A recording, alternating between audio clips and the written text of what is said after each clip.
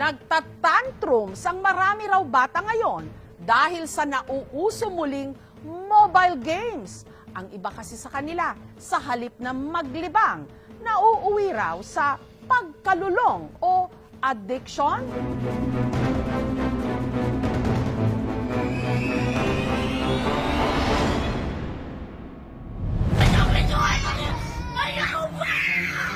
Ang batang ito, walang patid ang pag-iyak. Napasalampak pa sa sahig.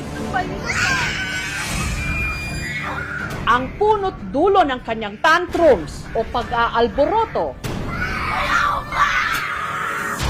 ang online game na usong-uso pa rin ngayon sa mga bata, ang Roblox. Pero ang inakalang simpleng libangan,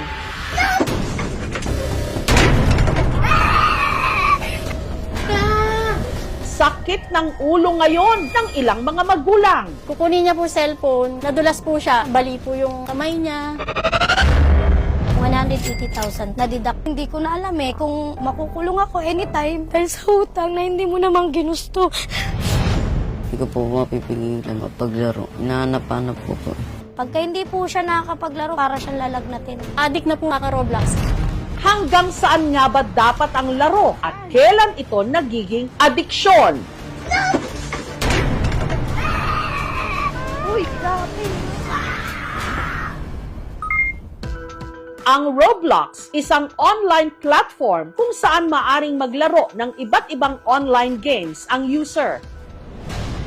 Dito sa Tagum City sa Mindanao, ang kinawiwilihan ng anak ni Julie na si Princess, yung tinatawag na Grow a Garden. Dito, para raw siyang virtual na magsasaka kung saan siya nagtatanim para mapalawak ang kanyang hardin. Sa tuwing siya'y may-ani, nakakakolekta siya ng shekels na maaari niyang ipambili ng pets. Tutulungan din po ako ng pet para magiging maganda yung plants ko. Magsisend ako sa kanya ng trading ticket. Tapos, ang i-offer ko kung ano yung gusto niya na pets. Kung ano naman yung gusto ko, yan din po yung ibibigay niya sa akin. 10 taong gulang lang daw si Princess nung natutong mag-Roblox. Pag napapagod po ako sa paaralan, pag uwi ko po dito, naglalaro lang po ako ng Roblox para mawala yung pagod ko. Kadalasan po siya naglalaro 5 p.m. hanggang 10 p.m. po. Pag walang klase, mga 12 sa gabi. Aminado si Julie, hindi raw nila natututukan ang pagmo-mobile games ng kanilang anak. Nagjo-duty kasi siya sa pinapasukang hotel. Sundalo naman ang kanyang mister. May pagkukulag po ako sa anak ko. Hindi ko na po masyadong nasubaybayan yung paglaki niya. Hanggang sa napansin na lang nila na nitong mga nakaraang buwan, nag-iba na raw si Princess. Di na siya mapag-utusan, palagi siyang galit, palaging sumasagot. Hindi na siya masyadong active sa school. Nag-a-absent na siya ngayon. Nag-aalala po ako sa anak ko. Para madisiplina, kinumpis ka ni Julie ang cellphone ng anak. Umahanap siya ng paraan para makapaglaro. Humihiram siya ng cellphone sa kuya niya at saka sa pinsan niya. Ayoko pong tumigil kasi gusto ko pa pong maglaro. Kapag hindi ako naglalaro ng Roblox, medyo boring po kasi Hanggang kamakailan lang, si Princess nagwala na nga.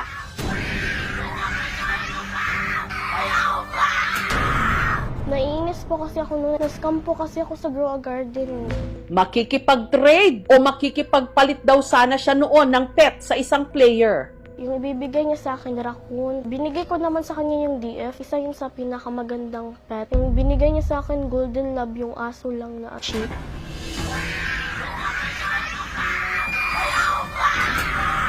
Pagkatapos ko po magdamog, doon na po ako nakalma. We don't know those people who play. Yung mga ibang tao doon, they tend to really scam or hack people for fun. Sa Roblox, ang kulang talaga doon is yung community guidelines. Wala masyadong child safety. Nangangamba po talaga ako. Pag pinabayaan ko tong anak ko, mas lalala siya. Tutukan ko po sila.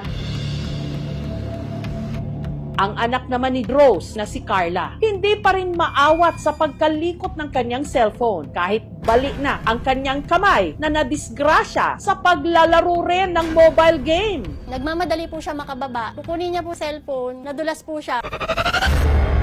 Black eye yung mukha niya, bali po yung kamay niya. Pero yung cellphone po talaga, ma'am, hindi niya binitawan. Binakalan po yung kamay niya. Inabot din po ng 60,000 po.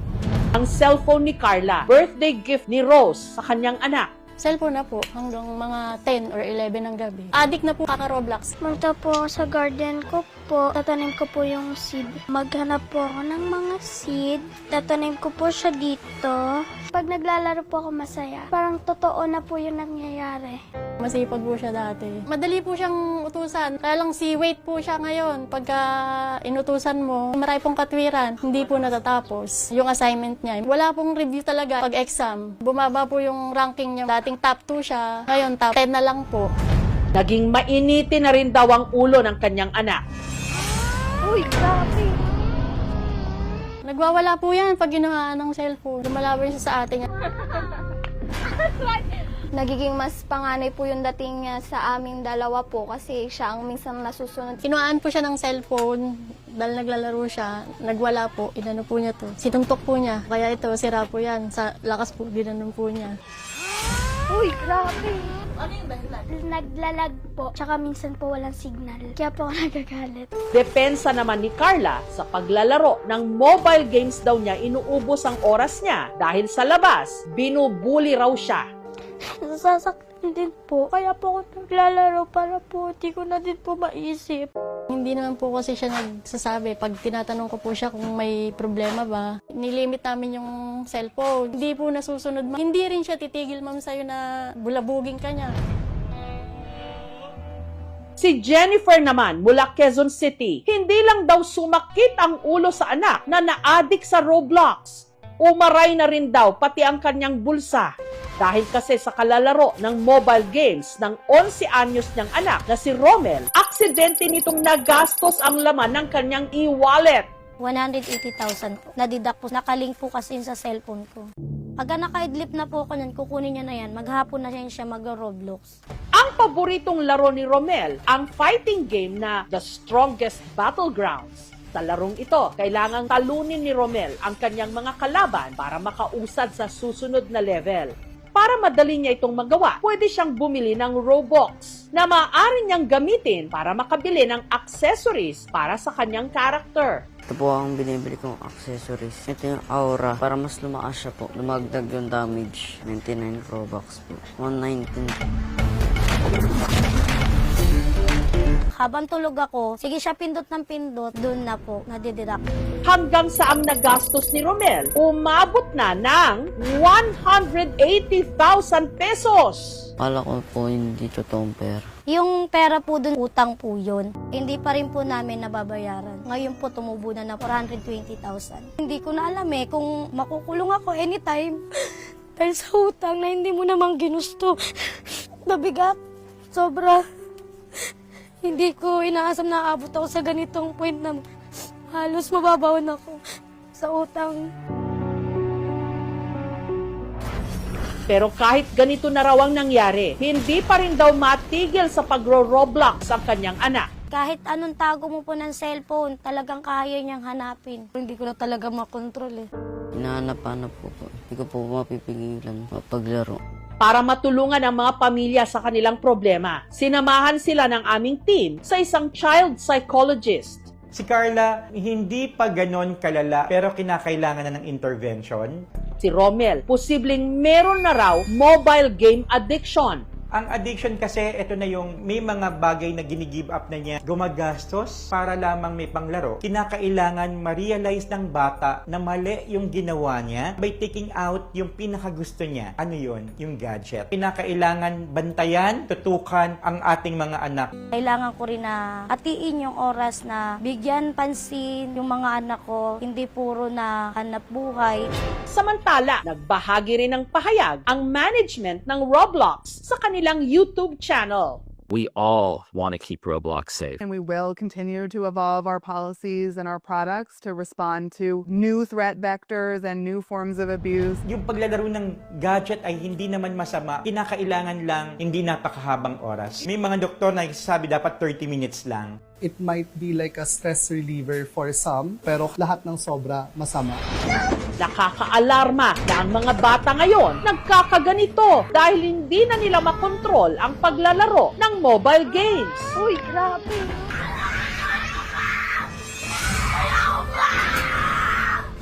Matinding pagbabantay ng magulang ang kailangan para maipadama nila sa kanilang mga anak na higit sa anumang level at puntos, pagmamahal at paggabay pa rin ang pinakamahalagang reward.